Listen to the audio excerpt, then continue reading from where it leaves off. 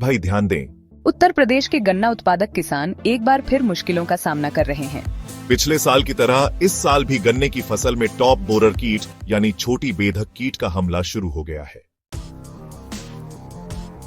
पिछले साल इस कीट के व्यापक प्रकोप के कारण गन्ने की पैदावार में भारी गिरावट दर्ज की गई थी, जिससे किसानों को काफी नुकसान हुआ था। वर्तमान में कुछ चीनी मिल क्षेत्रों में गन्ने की फसल में टॉप बोरर कीट का प्रकोप स्पष्ट रूप से देखा जा रहा है। सूंडी द्वारा गन्ने के घोफ को खा जाने से उसमें सड़न पैदा हो जाती है और नीचे की कलिकाओं से गैर जरूरी फुटाव होने लगता है।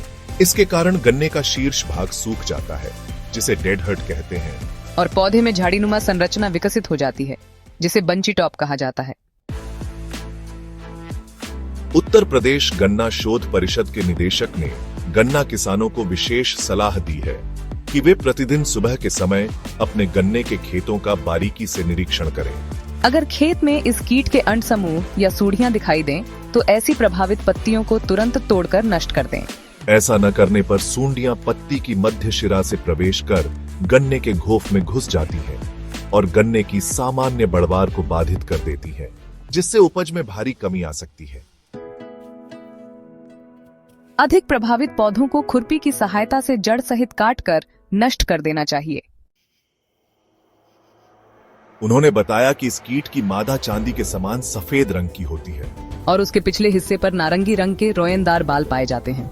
ये मादा कीट रात में गन्ने की पत्तियों के मध्य शिरा के पास 200 से 250 अंडों के समूह में अंडे देती है, जो एक दूसरे पर चढ़े हुए भूरे रंग के रोयनदार पदार्थ से ढके रहते हैं।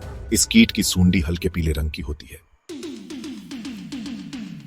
यह पत्ती की मध्य शिरा से होते हुए गन्ने के अगोले के सबसे ऊपरी कोमल पत्तियों तक पहुंच जाती है और बिना खुली हुई पत्तियों को खाती है, जिसके कारण अगोले की पत्तियों पर छोटे छोटे गोल छेद जैसे निशान दिखाई देते हैं।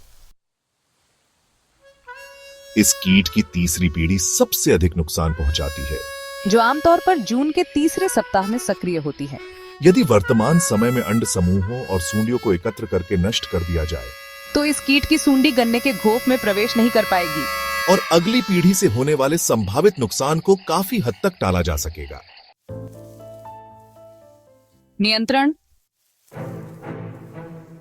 अगर प्रभावित पौधों में मृतसार डेड हर्ट दिखाई दे, तो ऐसे पौधों को जमीन की सतह से सूंडी या प्यूपा सहित काटकर खेत से बाहर निकालकर नष्ट कर दें। यदि खेत में छोटी बेधक कीट का प्रकोप अधिक है, तो किसान भाई पेड़ी प्रबंधन यंत्र RMD का प्रयोग करें। RMD का प्रयोग करने से छोटी बेधक कीट के साथ साथ पायरिल्ला कीट का भी नियंत्रण हो जाता है।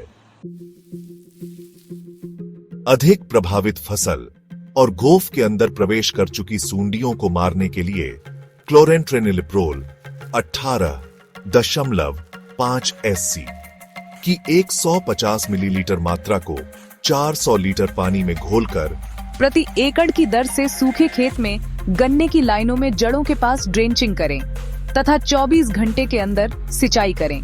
ध्यान रखें, इस दवाई के इस्तेमाल का सही तरीका ड्रेंचिंग है, अन्य किसी विधि से प्रयोग करने से कोई फायदा नहीं होता है।